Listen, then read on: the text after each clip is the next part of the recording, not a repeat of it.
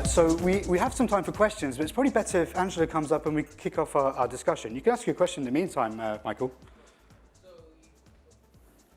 So you, well, very happily for me, introduced the trajectories through your token space, but then it immediately begs the question, which you asked, about Ethereum's trajectory. And is it fair to say that when a nascent cryptocurrency or asset comes into existence, that someone assessing it would be more likely to assess it in the context of its perceived trajectory rather than have changes in its classification? Yeah, so perhaps dy by dx is more interesting than y and x themselves, like the rate of change and where this thing is going. And the other thing to bear in mind is, at the start, all of these things look centralized. I mean, when it was Satoshi and Hal running Bitcoin, that doesn't look decentralized. So without some kind of notion of a grace period, it's very hard to imagine how anything new could ever be treated fairly. Angela's going to kill me, but you just created a new definition for token velocity. You did. Another really terrible, poorly misused word. I'll add it to the list. Okay, so we can get the panel going, and we can take questions from the floor as well. Jacky, can you hear us? Yep, I can hear you fine. Great.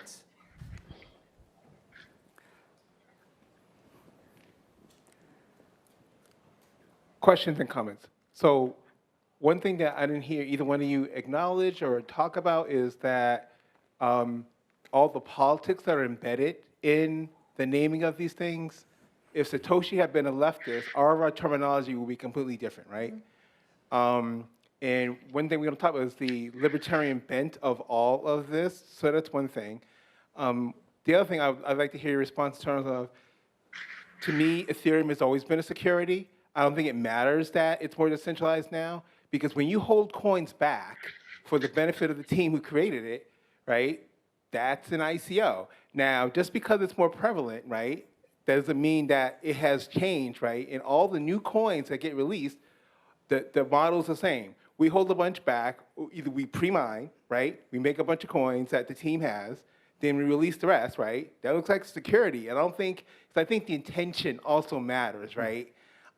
I disagree with your statement just now that Bitcoin was a security in the beginning just because it was Hal and Satoshi, right? Oh, no, I didn't say it was a security. I said it was centralized. Centralized, right? But by reading the paper, we know that that was never the intention, right? It was in the white paper, right? So I think the intention also matters. And the last thing I would say for the terminology is that what's missing, too, is that this stuff gets made up on the fly, right? Have you heard the term stacking sats?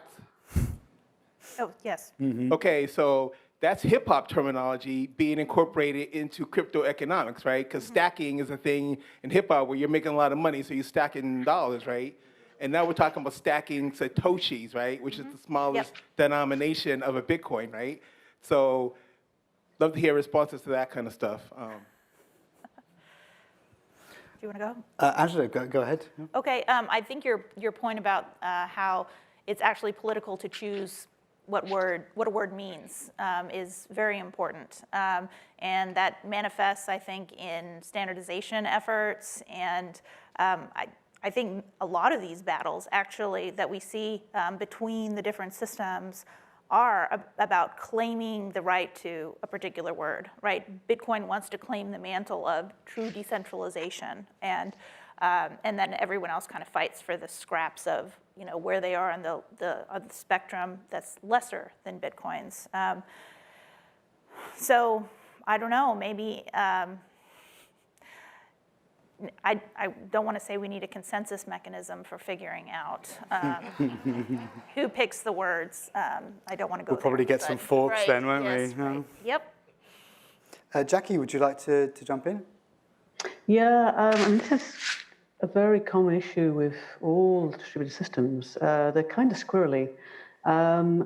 Something can be distributed at one level of the network stack, and then it becomes centralized at the next level. We build centralized systems all the time using the internet, which is decentralized. The Bitcoin block ledger is a central, in and of itself, is basically a centralized database, but it's created by decentralized mechanisms. And this is where, and we're very, very good as a species at this, of people basically carve the system that makes the most sense to them, stroke, supports their individual economic interests the best, and argues furiously for that approach. And we've got 30, 40 years of experience of this in networking, of people advocating different protocols and so on.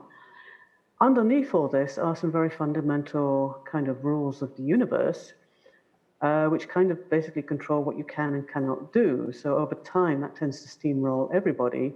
You can advocate as much as you like for something that's not going to scale, and it won't scale even if you succeed in getting it deployed. So you tend to get destroyed by that, but it can take time.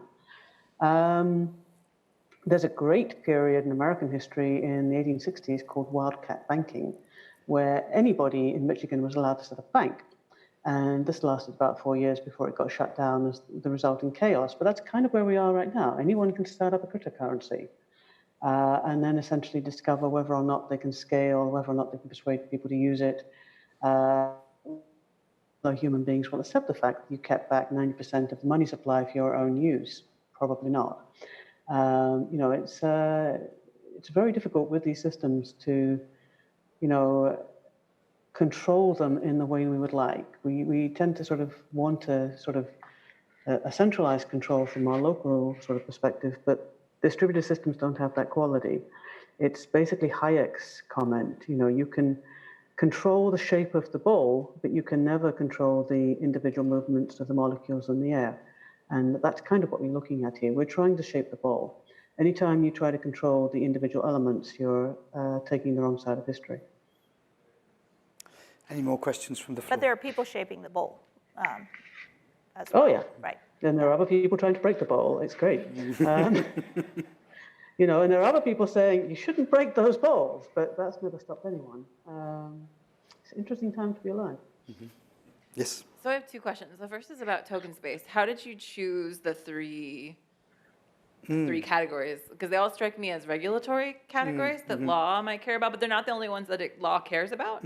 And so I wonder whether you're trying to answer one specific question, and that's how you pick those three, or what. And then the second question goes to the Arizona law definition and the idea of politics and words, because one of the questions people were asking when they're like, do we issue a formal statement saying stop messing with UITA, right? Was, well, look, states are going to do what they're going to do. These are political moves to attract business to the state. How do you stop state legislatures from doing that, right? Even if we get the words right as academics or industry, et cetera.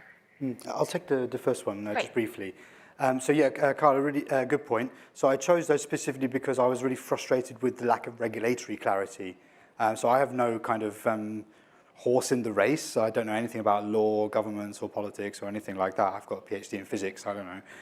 But I chose that because it seemed like it was one of the most pressing issues that we've got. It was holding us back from really trying to understand what these things are and push on with what we're doing. But shameless plug, I wrote a very thorough manuscript for Token Space as well, which is online. And in there's kind of a generalizable framework where you can build a token space with any set of characteristics. And I built that from taxonomy best practices from information systems. And they do amazing work. So the best taxonomies in cryptocurrency that I've found come from information systems literature people, not from cryptocurrency people. So we need to catch up, because the people that don't know anything about this field are doing a better job than we are. So step up your game. Okay. The question about, I guess, how do you control legislatures? You can't, obviously. But I feel like they often get bad advice, it seems like, and putting stuff out there, putting academic work out there that is clear and findable, and there's always a debate about how much do academics need to engage in the public sphere to get their work out there, and I know that there's a variety of different approaches to this, but to me, it seems like the stakes are very high with this particular field, and I think we do need to be engaging with the public when we see errors being made. And sometimes that's hard to do because you're calling out very important people for being wrong, and that's not a very popular position to be in. But I think that's part of the job with academia. So I have a follow-up question, which is, how is it that this Arizona definition has ended up being kind of co-opted or replicated across so many different legislatures? Yeah, I wish I knew. I see it as kind of a virus, and The virus is spreading? it has sadly spread quite far. I mean, I think a lot of laws are written by cribbing from something that came before, right? You just start with that, and okay, they thought it was good enough, and there's no questioning to see, well, was that well informed when they originally drafted that? And in this case, I think it clearly wasn't, but there's an assumption made that if something got into the law, then, you know, they must know something. And Jackie, do you have anything to jump in on that? Yeah, this is why it's such, come and work in Iceland. It's a really small country, 350,000 people. You can engage with politicians anytime you like, down the pub. And I basically, was explaining at one point to any politician who would buy me a drink exactly how fractional reserve banking worked rather than the various economic views of it. And the key issue, which is exactly what Angela's picking up on, is that politicians are educated in sort of existing explanations of the system. So they think it works as they've been told by economics, which is provably wrong. And that's, I think, one of the biggest problems we have. But anyway, you can basically engage with politicians. They're people like anybody. A lot of them are really want to understand how this works. They will listen to you. Just be careful, they can also retaliate. So this is how I got appointed to the supervisory board, was they were kind of like, okay, you should know more about what you're talking about from the practical side of trying to change things.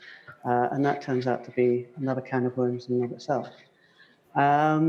But yeah, I mean, we have to engage, and we have to engage fast, because at the moment, very questionable economic views of how the system behaves, which are wrong, are being implied to try to control new systems, which won't behave the way the economists think the existing system behave, or whatever analysis they come up with based on that.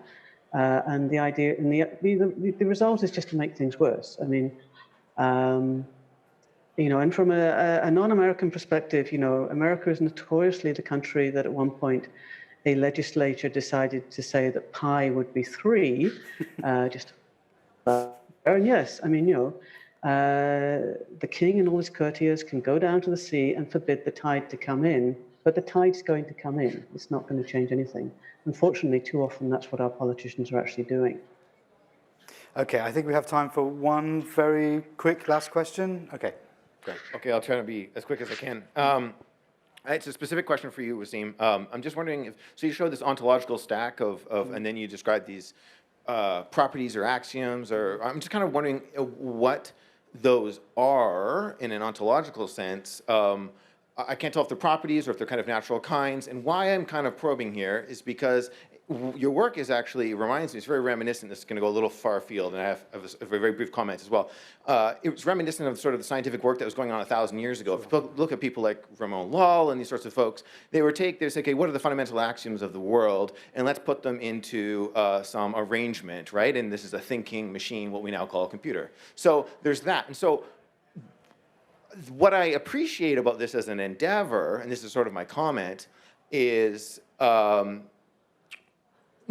of this was an issue until, 5, 6 years ago, because when Bitcoin started, of course, it was financial in the sense that they pretended it to be financial and there was an ideology behind it, right? But it actually wasn't. It was really a cultural phenomenon. It was a game or a toy, right? And so my pitch of the kind of interesting, this is a general thing, is we no longer speak about the radical movement, and I don't mean libertarianism in particular or overthrowing the central bank or whatever it might be. I just mean a radical movement. We no longer speak about that because we're so straight-laced now, right? We have sponsors and big fancy institutions and whatnot, and so I wonder if there's room left for the radical. And by this I mean also, like, let's question the assumptions around property that have been baked into these sorts of systems, right? And so that's my, and the leftists in the room can also interpret that as how they might want. Okay, let's talk offline about the ontological metastack, because I've written a bit separately about that.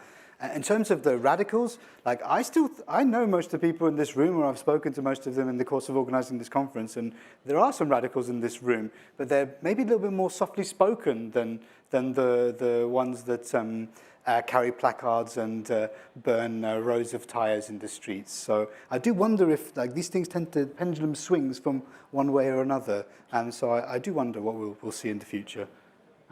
Angela, would you like to make any closing comments? Nope. Thank you so much. Would love to hear any ideas that everybody else has. And for Jacky, working on would you like to make any closing comments, please? Yeah, no, I thank you for the opportunity to speak. It's been great. I'm really sorry I couldn't make it in person because it sounds like an amazing exchange of, and a very necessary exchange of minds. We'll hope to have you here for the next edition, Jacky. So thank you very much all for listening, and thanks to the speakers. Thank you.